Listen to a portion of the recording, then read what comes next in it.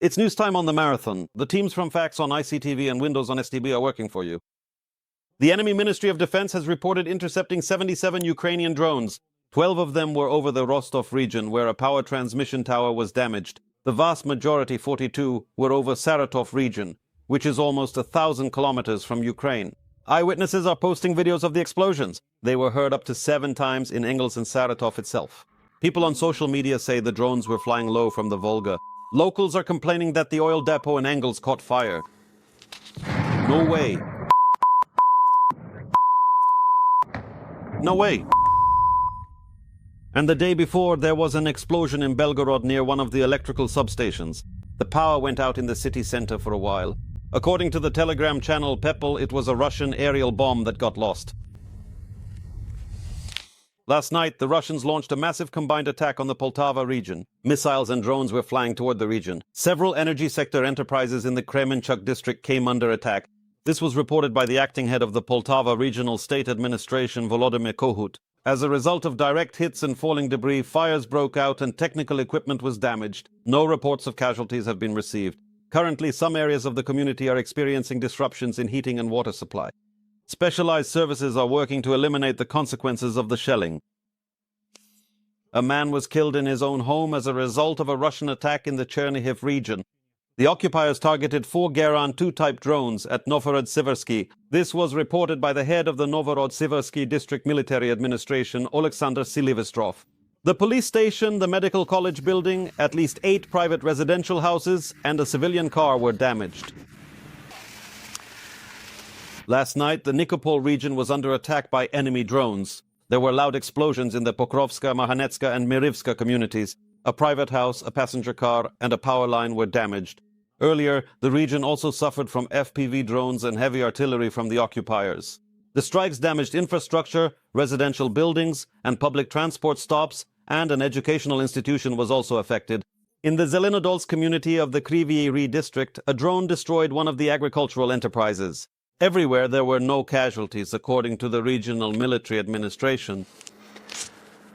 They are working where it is hottest right now, and without your help, it is extremely difficult to hold back the occupiers in that area.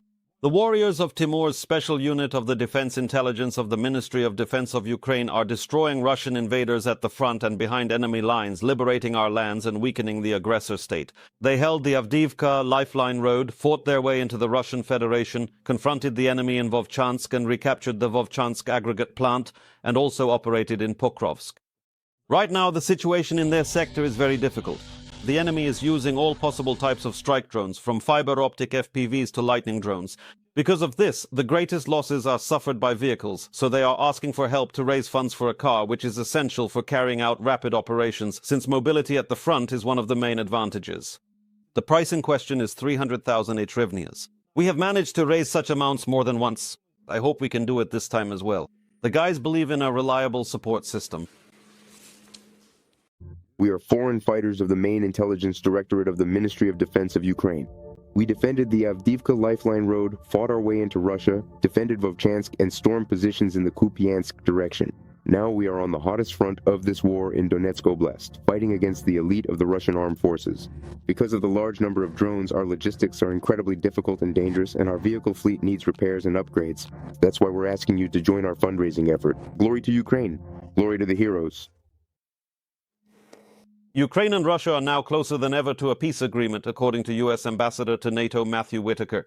He stated this at a forum in Qatar, while also noting that President Donald Trump considers the situation complicated and that the parties are not agreeing to a compromise.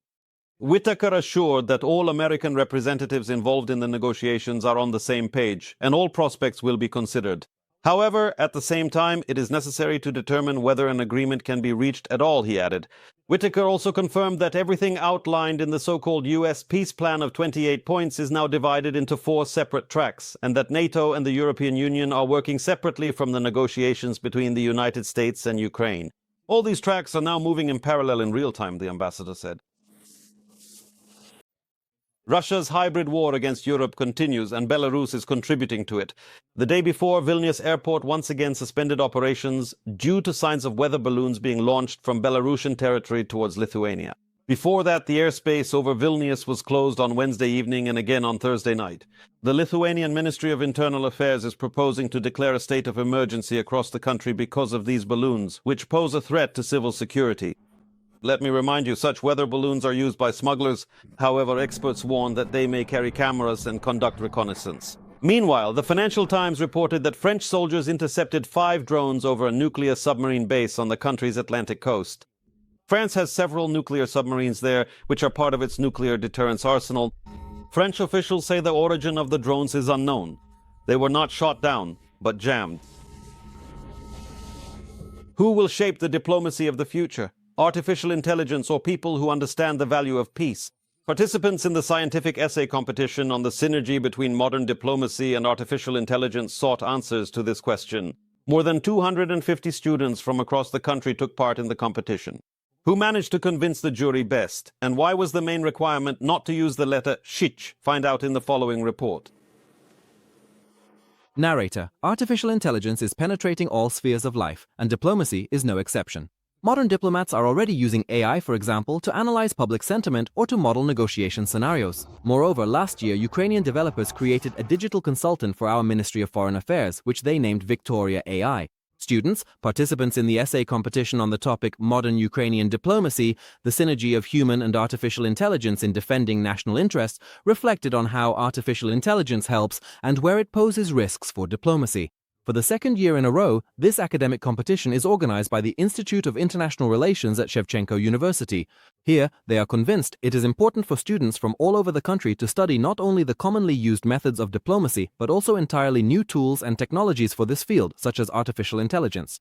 Andriy Yermolenko, so that we do not lose touch with the modern world in which we work and must work using new mechanisms, new algorithms, artificial intelligence algorithms, in order to make the most of every opportunity to stand up and achieve a just peace for our country. Narrator: more than 250 participants from 46 universities across the country submitted their essays to the competition, but only 10 students made it to the finals for the live debates. For the jury members, it was important, paradoxical as it may seem, that the students did not use artificial intelligence, but conducted the research on their own.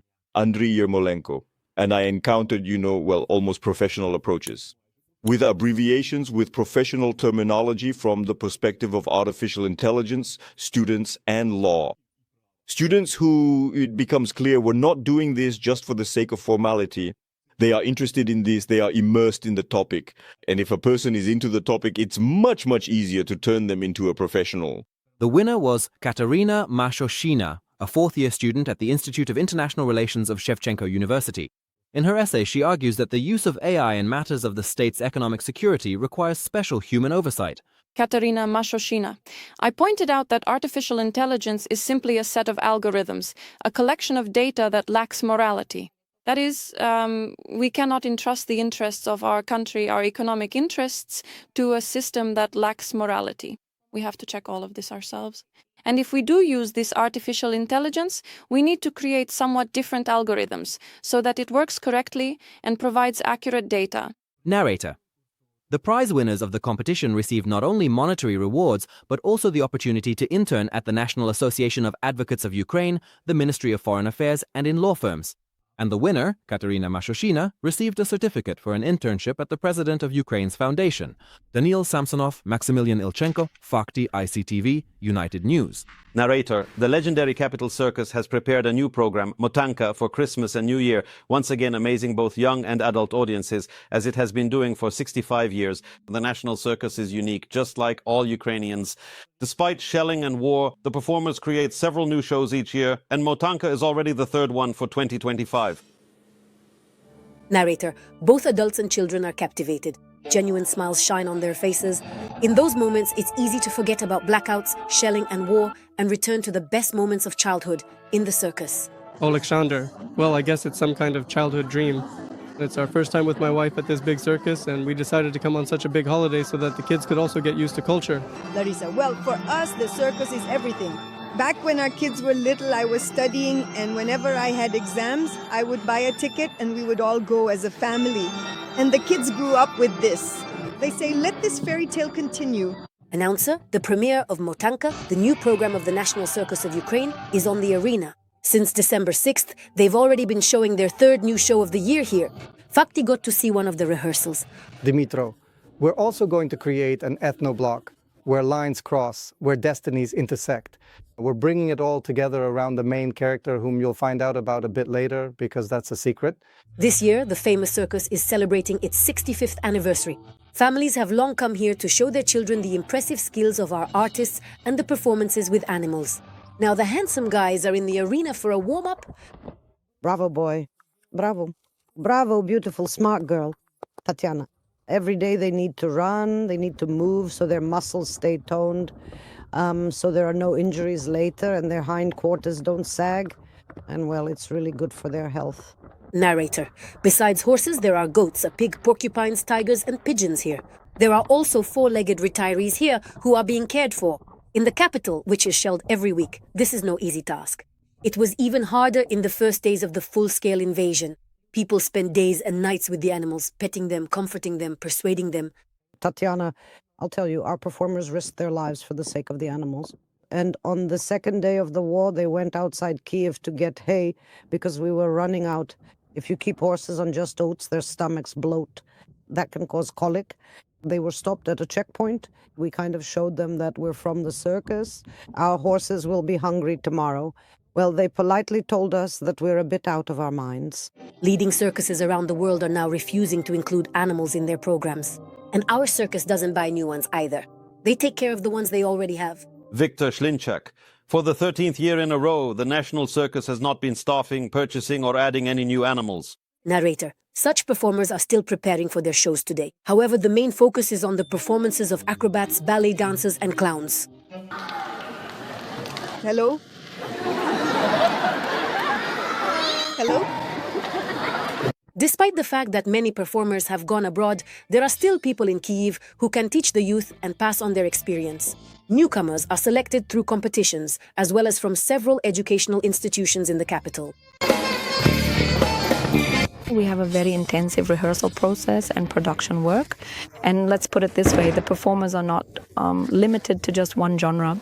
For example, if someone is an acrobat, they can be an acrobat who works in floor genres and then also performs on the acrobatic track, doing routines and acts. And so despite the war and the shelling, several new programs are prepared here every year. This year, they've already presented a Halloween show and Sjaivo. Circus art today is a light in this space of, well, not exactly darkness, but more like twilight, you know, this kind of gray life. And when people come in here, they are illuminated. They get distracted from their everyday lives. They receive a sip of energy, of light. On the second floor, there will be an exhibition of bright stage costumes and props running until New Year. There is live music here, and on the mini stage, performers interact with the audience. Sometimes the director himself gives tours and takes pride in the historical aspect of the exhibition.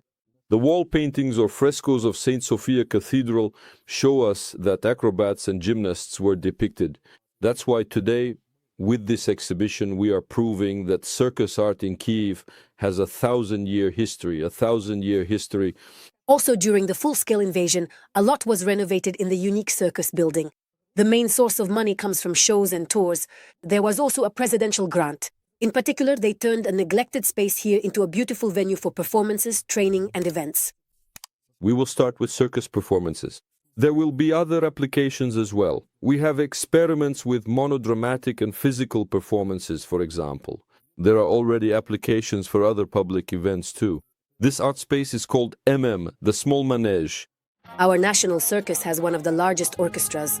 And right now, just as decades ago, it accompanies the programs live. So the show is in full swing and the audience is captivated. Olena Astakova, Fakti ICTV. The only news.